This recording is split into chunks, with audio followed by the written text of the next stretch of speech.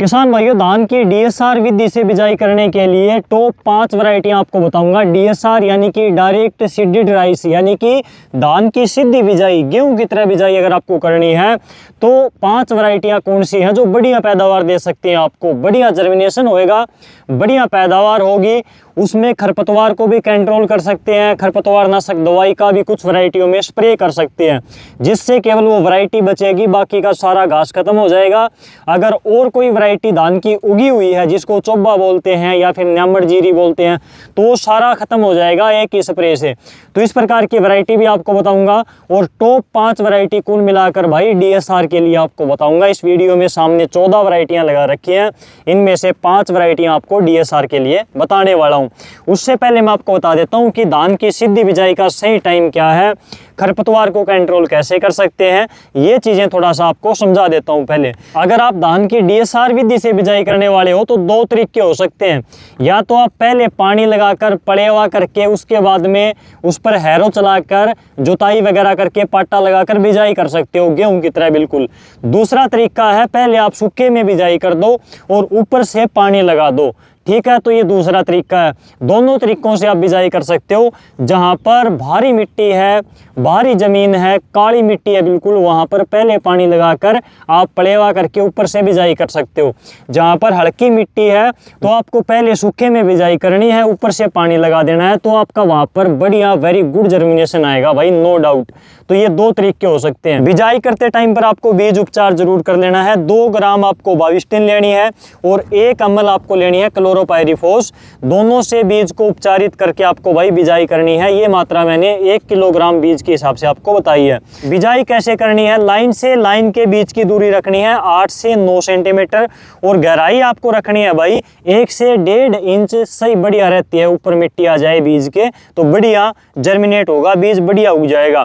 खरपतवार नियंत्रण कैसे करना है, क्योंकि डीएसआर में खरपतवार को कंट्रोल करना बहुत बड़ी चुनौती होती है। तो डीएसआर के लिए आपको पेंडामेथिलिन का स्प्रे करना है बिजाई के 3 दिन के अंदर अंदर। अगर आपने पहले पानी लगाकर बिजाई करी है तो ऊपर से बिजाई करते ही स्प्रे कर दो। आप इसका स्प्रे 72 घंटे में कभी भी कर सकते हो। अगर आपने पहले बिजाई करके सूखे में ऊपर से पानी लगाया है तो पानी लगाने के 1 दिन बाद में खेत थोड़ा सा चलने लायक हो जाए, 1 दिन बाद में, 2 दिन बाद में, तब आपको स्प्रे कर देनी है पेंडामेथिलिन की। 72 घंटे के अंदर अंदर स्प्रे करना भाई जरूरी है। 1.5 लीटर पेंडामेथिलिन लेनी है आपको 200 लीटर पानी के साथ में, 1 एकड़ में स्प्रे कर देनी है। स्प्रे आपको शाम के टाइम पर करनी है भाई। तो एक बार आपके खेत में खरपतवार की रोकथाम हो जाएगी। उसके बाद में जब खरपतवार लास्ट में उगेगा तो आपको खड़े धान के अंदर, उगे हुए धान के अंदर भी स्प्रे करनी है। वो कौन सी करनी है वो आगे आने वाले वीडियो के अंदर आपको डिटेल में बता दूंगा भाई, कौन कौन सी स्प्रे कौन कौन से घास के लिए हम कर सकते हैं, कौन कौन सी वैरायटियों में कर सकते हैं। तो उसके लिए स्पेशल वीडियो बनानी पड़ेगी। अब बात आती है वैरायटियों की कि डीएसआर के लिए वैरायटियों का सिलेक्शन कैसे करें, कौन सी वैरायटी लगाएं। तो वैरायटियों के बारे में आपको थोड़ा सा बता देता हूँ। सबसे पहले बासमती के बारे में बात करते हैं, उसके बाद में पीआर धान के बारे में बात करेंगे, फिर हम बात करेंगे एचटी टेक्नोलॉजी के ऊपर। तो बासमती में कौन कौन सी वैरायटियां आप ले सकते हो। सबसे पहले आती है 1401। 1401 आप डीएसआर में लगा सकते हो। मीडियम ड्यूरेशन की वैरायटी है, बढ़िया कामयाब वैरायटी है। 125 से 130 दिन में तैयार हो जाएगी और ये आपका 20 से 22 क्विंटल तक पैदावार उत्पादन जो है 1 एकड़ में निकाल देगी डीएसआर में। डीएसआर में अगर आप घास के ऊपर कंट्रोल कर लेते हो, खरपतवार के ऊपर, तो डीएसआर उतनी ही पैदावार देता है जितना रोपाई वाला धान देता है। लेकिन आपका मैनेजमेंट थोड़ा सा उसके ऊपर अलग करना पड़ेगा, उसके ऊपर खर्चा कम आता है डीएसआर में, लेकिन आपको फर्टिलाइजर वगैरह का थोड़ा सा मैनेजमेंट बढ़िया करना पड़ेगा, खरपतवार के ऊपर टाइम पर कंट्रोल करना पड़ेगा। तो फिर आपका एक भी दाना कम नहीं निकलेगा रोपाई वाले धान से, उतनी ही पैदावार निकलेगी। तो ये 1121 और 1509 के बीच की वैरायटी है भाई 1401, ये लगा सकते हो डीएसआर में। अगर बीज की मात्रा की बात करें तो 1 एकड़ में आप डीएसआर विधि से 8 से 10 किलोग्राम बीज डाल सकते हो, चाहे कोई भी वैरायटी हो। तो ये 1401 के बारे में हमने देखा। अगली वैरायटी है अपनी 1692। ये वैरायटी शॉर्ट ड्यूरेशन की वैरायटी है, कम टाइम में तैयार होती है 1692। ये 1509 वाला सेगमेंट है, उसी का अपग्रेडेड वर्जन है, इंप्रूव्ड वर्जन है 1509 का ही। तो तो 110 से 115 दिन में तैयार हो जाएगी। 20 से 22 क्विंटल तक पैदावार 1 एकड़ में ये वैरायटी निकालने में सक्षम है, इतनी पैदावार दे सकती है। अगली वैरायटी है 17-18। ये वैरायटी 11-21 वाला ही सेगमेंट है भाई। 11-21 का ही इम्प्रूव्ड वर्जन है, इसमें बैक्टीरियल ब्लाइट नहीं आती, उसके प्रति ये वैरायटी सहनशील है, तो ये इसका बेनिफिट है।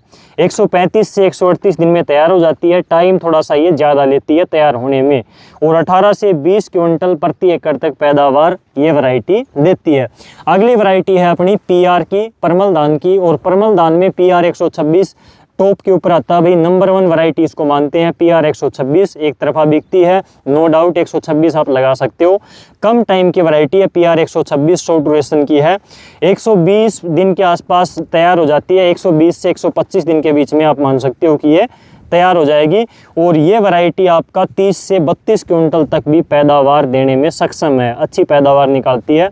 126 अगर आपको नहीं मिलती है या फिर कोई और आप ट्राई करना चाहते हो तो PR 114 भी आप ट्राई कर सकते हो। DSR में 114 भी अच्छी कामयाब है, तो PR 126 और 114 दोनों लगा सकते हो, लेकिन 114 का टाइम पीरियड थोड़ा सा ज़्यादा है। ये 138 से 145 दिन रहती है तैयार होने में। 27 से 28 क्विंटल तक इस वैरायटी की पैदावार एकड़ में बैठती है। अगली वैरायटी है HT टेक्नोलॉजी के साथ में आती है। HT टेक्नोलॉजी यानी कि हर्बिसाइड टॉलरेंस टेक्नोलॉजी। ये हर्बिसाइड टॉलरेंट है, यानी कि खरपतवार नाशक दवाई के प्रति सहनशील है। बासमती की वैरायटी है, premium quality basmati seed, basmati की वैरायटी है। ये वैरायटी कौन सी है वो आपको बता देता हूँ भाई। ये देखिए यहाँ पर 1979 है, 1979 1979 वैरायटी है, और ये वैरायटी भाई निकाली गई थी ICAR-IARI की तरफ से। हर्बिसाइड टॉलरेंस वैरायटी है, इस टेक्नोलॉजी के साथ में आती है, HT टेक्नोलॉजी के साथ में। तो ये वैरायटी DSR में बहुत कामयाब है। ये 1979 है, एक 1985 भी आती है।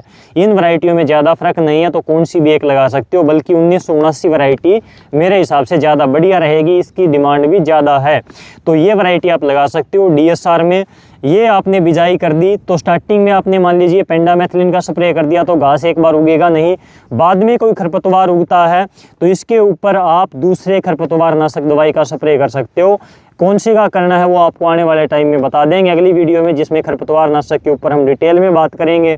तो खरपतवार नाशक दवाई से इस धान के ऊपर 1% भी फर्क नहीं पड़ेगा नेगेटिव, बल्कि खरपतवार नाशक दवाई से इसमें हरापन आएगा, बढ़वार हो रहेगी। तो ये वैरायटी सहनशील है खरपतवार नाशक दवाई के प्रति, और इसके अंदर जितने भी घास उगे होंगे, चाहे वो चौड़ी पत्ती का घास हो, चाहे वो संकरी पत्ती का घास हो, चाहे इसके अंदर कोई चोबा हो, न्यामड़ जीरी जिसको बोलते हैं, यानी कि इस वैरायटी के अलावा कोई और वैरायटी का धान आपके खेत में उगा हुआ है तो वो भी खरपतवार नाशक दवाई के स्प्रे से खत्म हो जाएगा भाई। केवल ये जो 1979 है या फिर 1985 है, यही एक वैरायटी बचेगी, बाकी आपके खेत से जो सारा घास है, खरपतवार है, वो खत्म हो जाएगा। तो ये इसका बहुत बड़ा बेनिफिट है। अगर आप DSR धान की बिजाई कर रहे हो तो HT टेक्नोलॉजी वाली 1979 या फिर 1985 इनमें से कोई एक या दोनों वैरायटियां थोड़ी बहुत जगह पर लगाकर जरूर देखना। ये बहुत तगड़ी चीज़ है, DSR में बहुत बढ़िया कामयाब हो सकती है, किसानों के लिए वरदान हो सकती है खरपतवार के मामले में। और इसकी पैदावार भी अच्छी है, 20 से 24 क्विंटल तक ये वैरायटी पैदावार देने में सक्षम है। 125 से 130 दिन में तैयार हो जाती है, तो ये आप ट्राई करके जरूर देखना। बाकी PR 126, 17, 18, 16, 92, 1401 ये वैरायटियां आप DSR में लगाते हो तो मेरे हिसाब से बहुत बढ़िया रहेगी बासमती में और PR में। तो ये टॉप 5 वैरायटियां बासमती की और PR की आप DSR में ट्राई कर सकते हो। इस वीडियो को अधिक से अधिक किसानों तक शेयर करना ताकि ये जानकारी उन तक पहुंचे और टाइम रहते इस वीडियो से कुछ ना कुछ उनको बेनिफिट मिल सके। मिलते हैं अगली वीडियो में, तब तक के लिए नमस्कार।